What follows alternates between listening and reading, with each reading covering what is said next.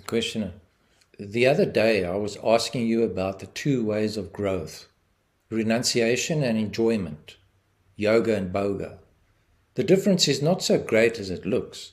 The yogi renounces to enjoy, the bhogi enjoys to renounce. The yogi renounces first. Maharaj, so what? Leave the yogi to his yoga and the bhogi to bhoga. Questioner, the way of bhoga seems to me the better one. The yogi is like a green mango, separated from the tree prematurely and kept to open in a basket of straw. Airless and overheated, it does not get ripe, but the true flavor and fragrance are lost. The mango left on the tree grows to full size, color and sweetness, a joy in every way.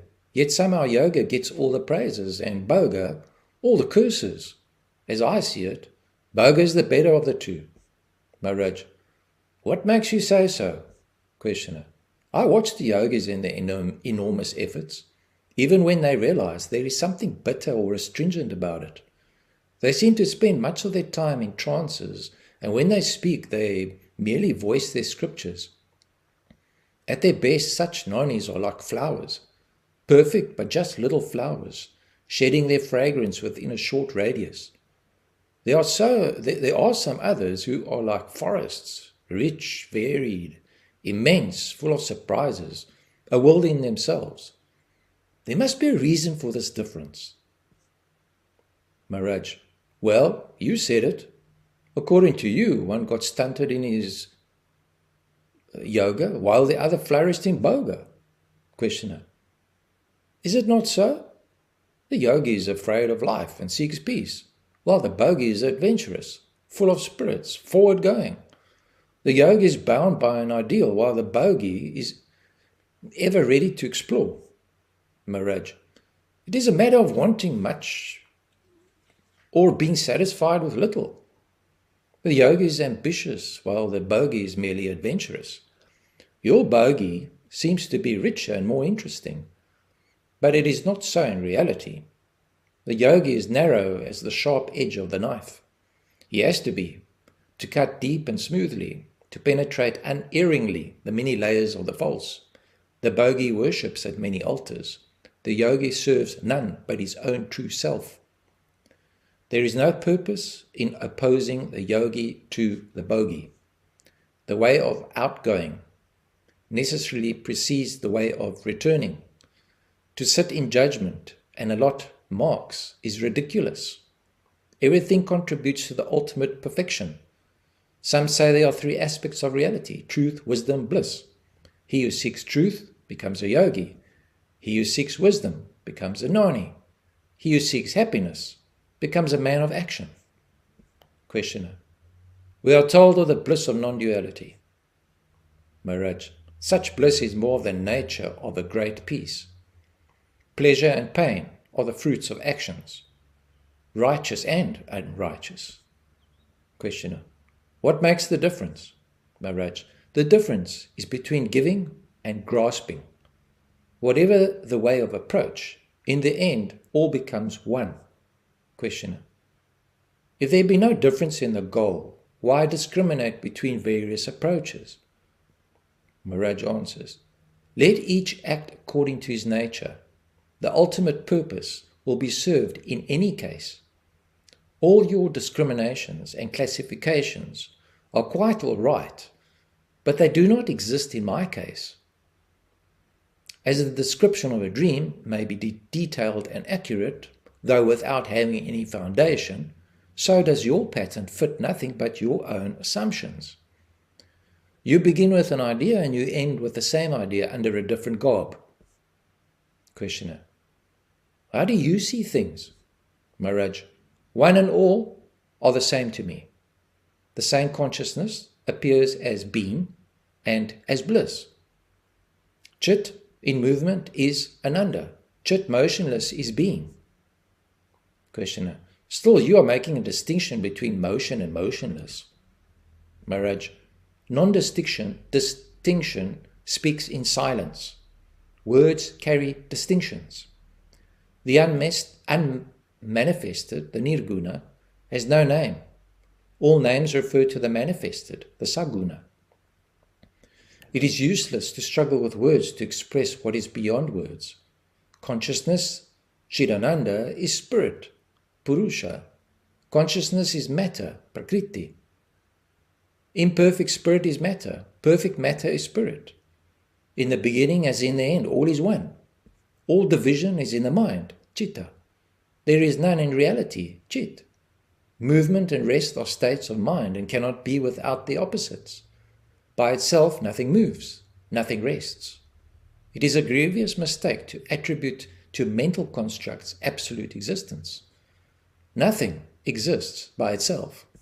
Questioner: You seem to identify rest with the supreme state. Maharaj answers: There is rest as a state of mind, Chidaram, and there is rest as a state of being, Atmaram. The former comes and goes, while the true rest is the very heart of action. Unfortunately, language is a mental tool and works only in opposites. Questioner: As a witness, you are working or at rest? Maharaj: Witnessing is an experience and rest is freedom from experience. Questioner: Can't they coexist as the tumult of the waves and the quiet of the deep coexist in the ocean? Maharaj: Beyond the mind, there is no such thing as experience. Experience is a dual state. You cannot talk of reality as an experience.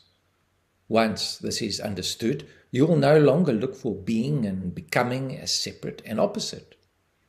In reality, they are all one and inseparable, like roots and branches of the same tree. Both can exist only in the light of consciousness, which again arises in the wake of the sense I am. This is the primary fact. If you miss it, you miss all. Questioner: Is the sense of being a product of experience only? The great saying, Tat Sat, is it a mere mode of mentation? Maharaj: Whatever is spoken is speech only. Whatever is thought only. The real meaning is unexplainable, though experienceable. The Mahavakya is true, but your ideas are false. For all ideas, Kalpana, are false. Questioner: Is the conviction I am that false? Maharaj: Of course. Conviction is a mental state. In that, there is no I am. With the sense I am emerging, that is obscured. As with the sun rising, the stars are wiped out. But as with the sun comes light, so with the sense of self comes bliss, Chidananda. The cause of bliss is sought in the not I, and thus the bondage begins. Questioner: In your daily life, are you always conscious of your real state? Maharaj answers: Neither conscious nor unconscious. I do not need convictions. I live on courage. Courage is my essence, which is love of life. I am free of memories and anticipations, unconcerned with what I am and what I am not.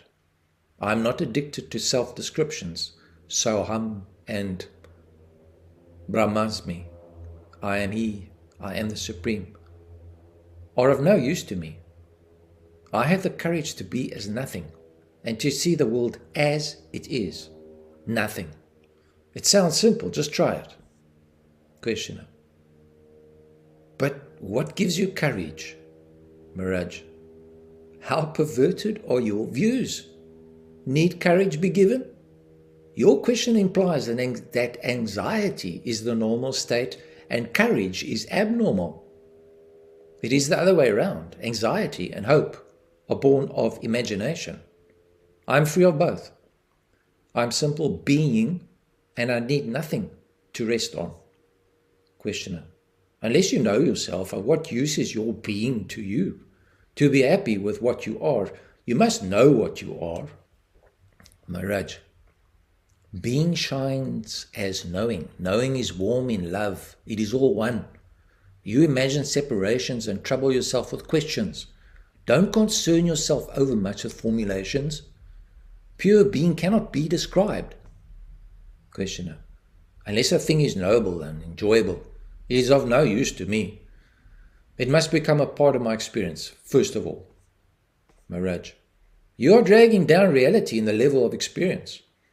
How can reality depend on experience when it is the very ground of experience? Reality is in the very fact of experience, not in its nature. Experience is, after all, a state of mind, while being is definitely not a state of mind. Questioner. Again, I'm confused. Is being separate from knowing? Maharaj. The separation is an appearance. Just as the dream is not apart from the dreamer, so is knowing not apart from being. The dream is the dreamer. The knowledge is the knower. The distinction is merely verbal. Questioner. I can see now that Sat and Chit are one. But what about bliss, Ananda? Being and consciousness are always present together, but bliss flashes only occasionally. Maharaj.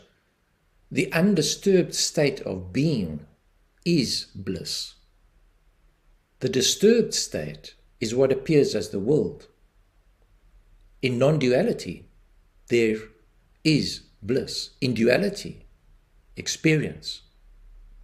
What comes and goes is experience with its duality of pain and pleasure.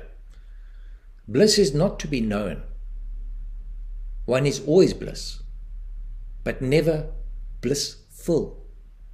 Bliss is not an attribute. Questioner. I have another question to ask. Some yogis attain their goal, but it is of no use to others. They do not know or are not able to share. Those who can share out what they have initiate others. Where does the difference lie? Maharaj, there is no difference. Your approach is wrong. There are no others to help. A rich man, when he hands over his entire fortune to his family, he has not a coin left to give a beggar.